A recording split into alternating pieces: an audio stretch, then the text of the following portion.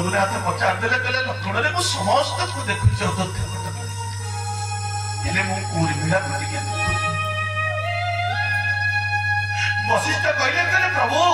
मु वर्तमान 60 पौटी व्यंजन भोग लगैबा को जाउछि कहले रुआ मते जहा भोग लगैला ता प्रसाद कर दियौ आपण हेले सर्वप्रथम मो उर्मिला को टिके ताकू समर्पण कर दियो कि सेटा ही जीव महाप्रसाद परवर्ती समय आनंद बजार को देले पुण्य क्षेत्र ये निर्माल्य कैबल्य वशिष्ठ से उर्मिला डका सिंहासन उर्मिला को डाक प्रभु कहले उर्मिला से तारी भीतर ये सब समान ये प्राण प्रतिष्ठित होगा से घर भीतर डाक पकड़े कहले भाईना ये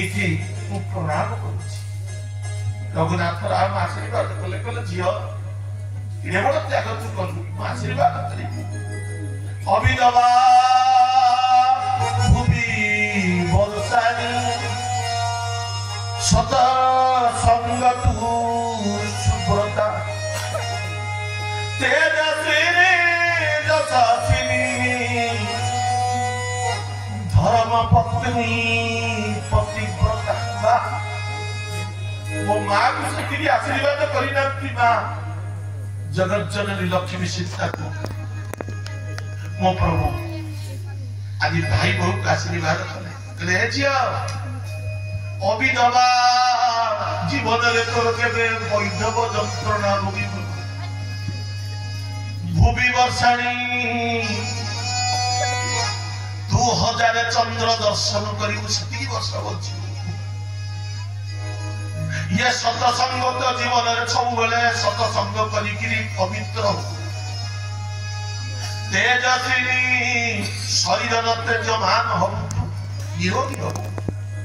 तू धर्म पत्नी हम बोलांद कंद भगवान की जय आमे तोरे बहुत त्याग को मन रखिया पाई आमे जते बेले राम लक्ष्मण सीता हनुमान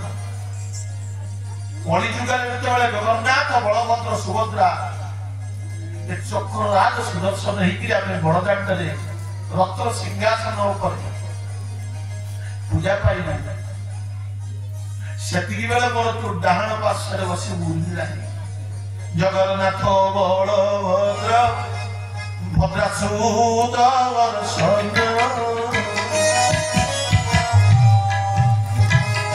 तोर धामूर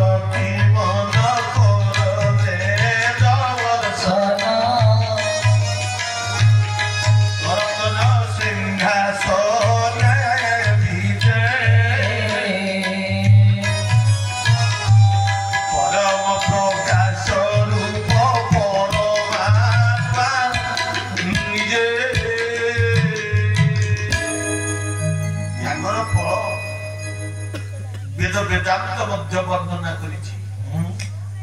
आपण माने त्याग करी किसी कर जीवन रे भोग करी त्यागर पछगत तो भोग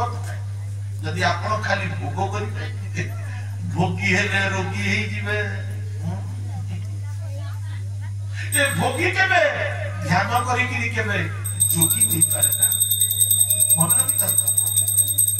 शरीर रे यदि आपण किछि खाद्य ग्रहण करछन ताको मलमूत्र आकार किछि त्याग करियो पड़े आपण केबे नाही मु भक्षण करिबी किंतु मु त्याग करिबी ये शरीर रो अवस्था जा ये संसार रे जदि आपण किछि धन दौलत सम बल त्याग न कर ये जीवन भीतर ये समाज आपण को किछि ग्रहण करिबनी कि आपण को सम्मान दबनी बंचिवार सुख मिले ये कथा को बार बार मन रखि